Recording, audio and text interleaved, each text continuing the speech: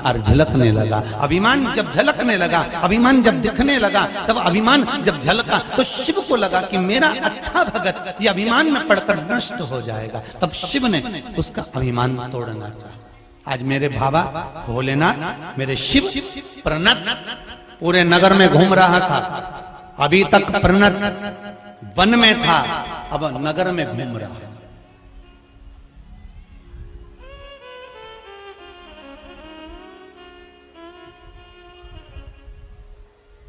और नगर में घूमते घूमते वहीं पर जब वापिस जंगल में पहुंचा, वन में पहुंचा, और जंगल में जाते से ही प्रणत जैसे ही जंगल में जाकर बैठा, तभी मेरे भगवान शंकर एक बूढ़े का रूप रख लिया, एक बुजुर्ग का रूप रखे, और बूढ़े का रूप रखकर भगवान शिव उस प्रणत के पास में आ गया और बड़े बड़े प्रेम से उसके पास बैठ गए और शिव नाम का, स्वयं राम नाम का जाप करने लगे।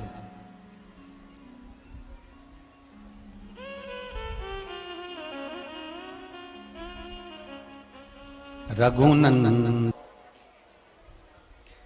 कितनी सुंदर बात है कि हमारे संतों ने, हमारे साधुओं ने, हमारे गुरुओं ने, हमारे ब्राह्मणों ने यह सिद्ध कर दिया कि कलयुग में किसी के पास तो धन होगा, किसी के पास संपदा होगी तो वो यज्ञ कर लेगा। जो धनपति होगा वो यज्ञ कर लेगा, और जिसके पास में पैसा नहीं होगा तो वो यज्ञ कर पाएगा क्या? नहीं। तो फिर क्या करा कि कुछ मत करो, क्या करना है? केवल एक गले में झोली हो और एक तुलसी की, रुद्राक्ष की, चंदन की या बेल वृक्ष की, किसी भी चीज की एक माला, स्फटिक मिल जाए तो स्फटिक, चंदन मिल जाए तो चंदन, कमलगट्टा मिल जाए तो कमलगट्टा, तुलसी मिल जाए तो तुलसी, रुद्राक्ष मिल जाए तो रुद्राक्ष, बेल की डाली की माला मिल जाए तो वो, जो मिल जाए, हल्दी की गांठ की माला मिल जाए तो वो, तो जब क्या होगा? तो कहा सतयुग में यज्ञ से फल मिलता था, द्वापर में यज्ञ से फल मिलता था, कलयुग में किस चीज से फल मिलता है? कि खूब भगवान की कथा सुनो और खूब भगवान का नाम जपो। श्री शिवाय नमस्तुभ्यं, जपो, जपा।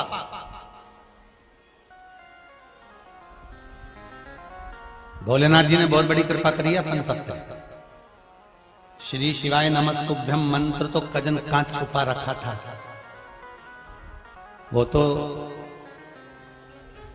कोरोना माता की जय हो जी ने इस श्री शिवा पर संतों ने, ब्राह्मणों ने, गुरुजनों ने और मेरे वेद व्यास जी महाराज ने पुराणों में वर्णन कर दिया, शास्त्रों में लिख दिया कि आप एक काम करो कि कलयुग आ गया है और कलयुग में आपके पास में धन है कि नहीं है, पर एक काम तो कर सकते हो ना, एक काम तो कर सकते हो। क्या? भगवान का नाम जपो, भगवान का रिटर्न बढ़ाइए, भगवान का मंत्र जपो। आप भगवान का मंत्र जप करोगे, आप भगवान का स्मरण करोगे, भगवान का मंत्र जप करोगे तो सुख अपने आप प्राप्त हो जाए। अपने राम राम रटते रहो जब तक घट में प्राण, कबहु तो दीन दयाल के भनक पड़ेगी कान। अब जपो, कली काल में भगवान के नाम को जितना जितना जपा जाता है, भगवान के नाम का जितना स्मरण करा जाता है, उतना सुख, उतना आनंद है।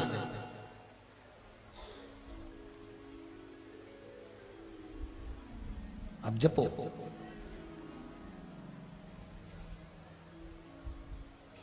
इसीलिए कहते हैं श्री शिवाय नमस्तुभ्यं, श्री शिवाय नमस्तुभ्यं, श्री शिवाय नमस्तुभ्यं, श्री शिवाय नमस्तुभ्यं, श्री शिवाय नमस्तुभ्यं, शिव महापुराण का ये मूल मंत्र है।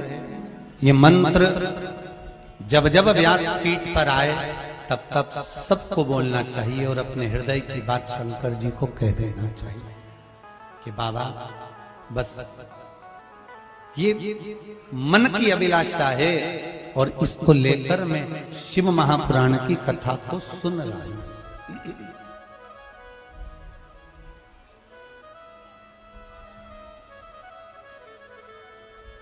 ये मेरे मन की अभिलाषा है और इसको लेकर मैं शिव महापुराण की कथा सुन रहा हूं।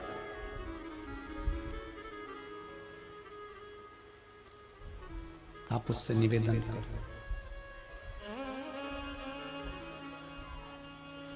थोड़ा शरीर है मनुष्य का, किसी किसी को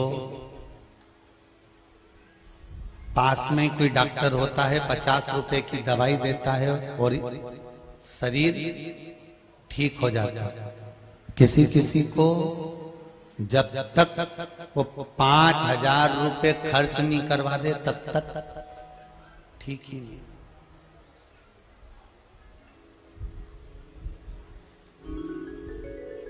पूरी जांच ऑन करवाएगा, सारी जांच वांच सब हो जाएगी और फिर उसका जो क्रम रहेगा 5,000 रुपए खर्च हो गए तब जाकर फिर उसको लगेगा कि अब ठीक हो गया। कहीं कहीं 50 रुपए में काम हो जाता है।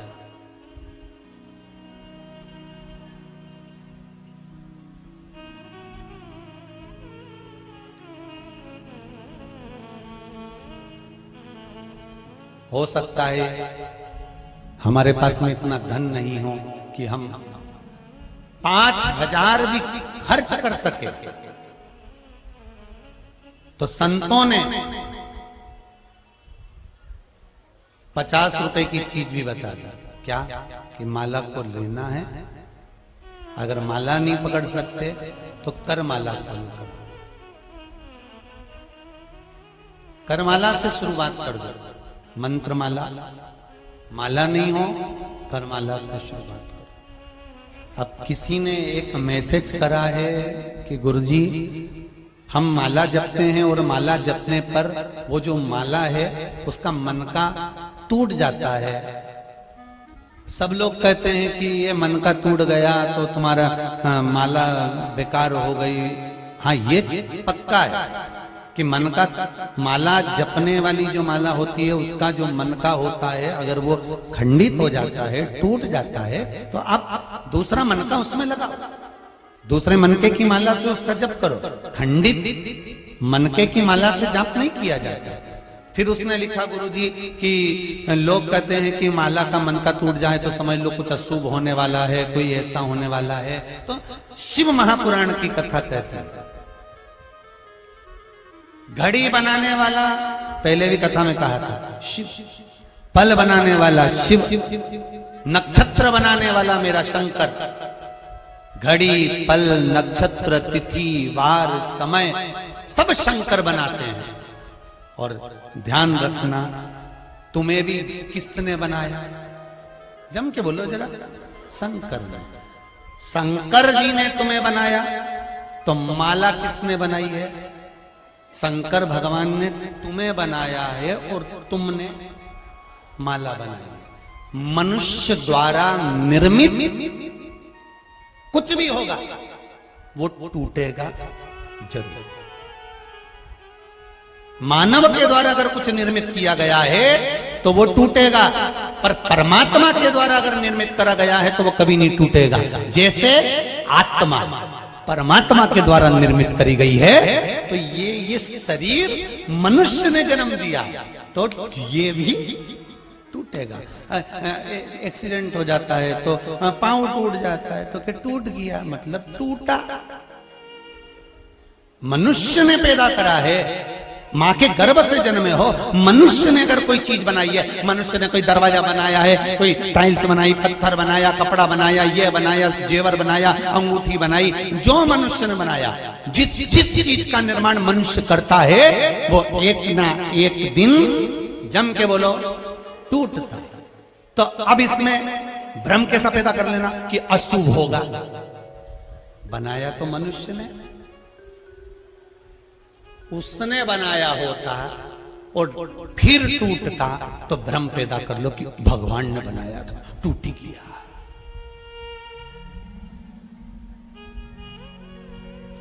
अब यहां तो कई बार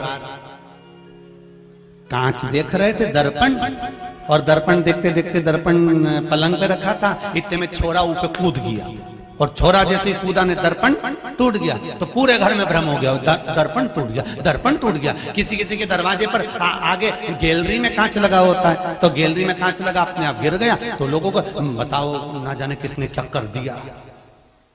भगवान जाने अपने आप ना जाने किसने क्या कर दिया, लाइट ही बंद हो गई, भ्रम के।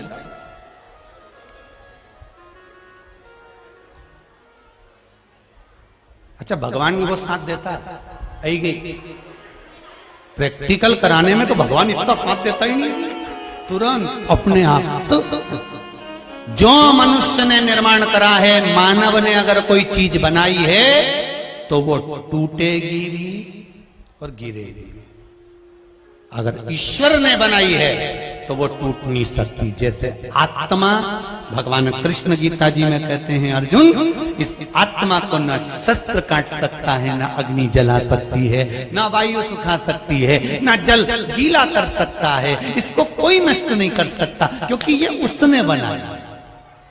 जो तुमने बनाया वो नष्ट हो सकता,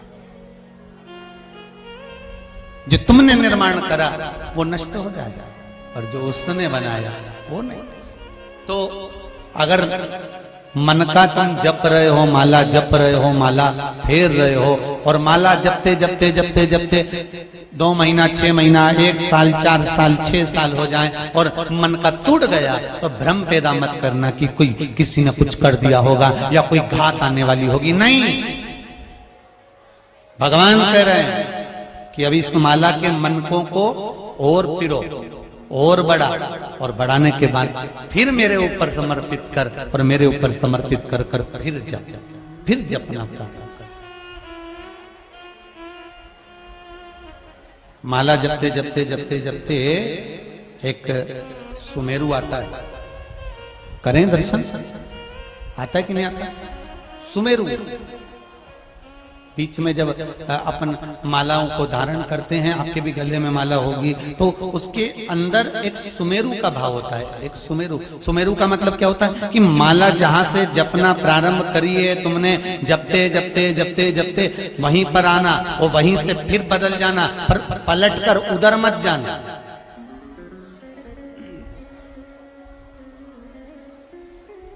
सुमेरु से ही वापिस उसी जगह पे से वापिस, क्रॉस नहीं करना।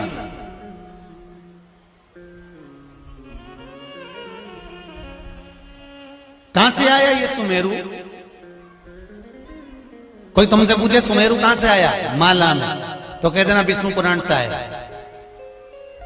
वो क्या विष्णु पुराण में भी है? हाँ। और अगर नहीं समझ में आया तो शिव महापुराण में भी है, शिव महापुराण में भी है। हाँ, सुमेरु और कहां में? तो कहना भागवत पुराण में भी सुमेरु है। अच्छा, और तो कहा ब्रह्म पुराण में भी है, फिर नारद पुराण में भी सुमेरु है, फिर अरे मत्स्य पुराण में भी सुमेरु है, अग्नि पुराण में भी सुमेरु है, पद्म पुराण में भी सुमेरु है। तो कहा ये माला का सुमेरु सारी पुराण में? हाँ। कहां पर है? तो कहा देवता और राक्षसों ने मिलकर जब मंथन करा तो सुमेरु पर्वत की रई बनाई और शेष नाग की नेति, और मंथन करना प्रारंभ किया। बस ये सुमेरु वो ही है। अब एक तरफ 33 कोटि देवता और दूसरी तरफ जम के बोलते जाओ सारे राक्षस, सब असुर। सुमेरु का काम क्या है? बीच में क्यों अटका हुआ है? इधर देवता हैं, इधर ही से जपना, इसको क्रॉस कर कर उधर पहुंच गए तो असुर हैं बहुत सारे। सुमेरु का बीच में जो सुमेरु है वो यही दर्शाता है कि यहीं से मेरे पास से पलट कर वापिस चले जाओ, पर इधर मत जाना, इधर असुर हैं। शिव महापुराण की कथा कहती है माला जपने वाले व्यक्ति को सुमेरु से वापिस हो जाना चाहिए। अगर वापिस नहीं होता, सुमेरु को क्रॉस कर कर जपने लगता है, तो तुम्हारा जपा हुआ सारा भाग, दान, पुण्य, भजन, कीर्तन सब राक्षसों के खाते में चले जाता है। तुम्हारा खाता खाली, तुम्हारा खाता खाली। सुमेरु से वापिस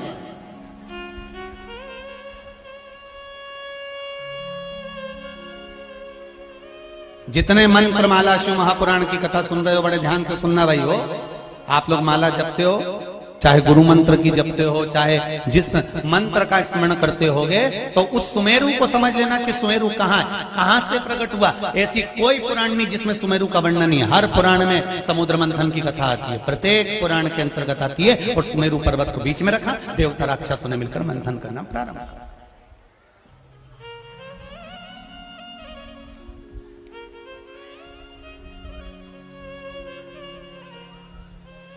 जपो,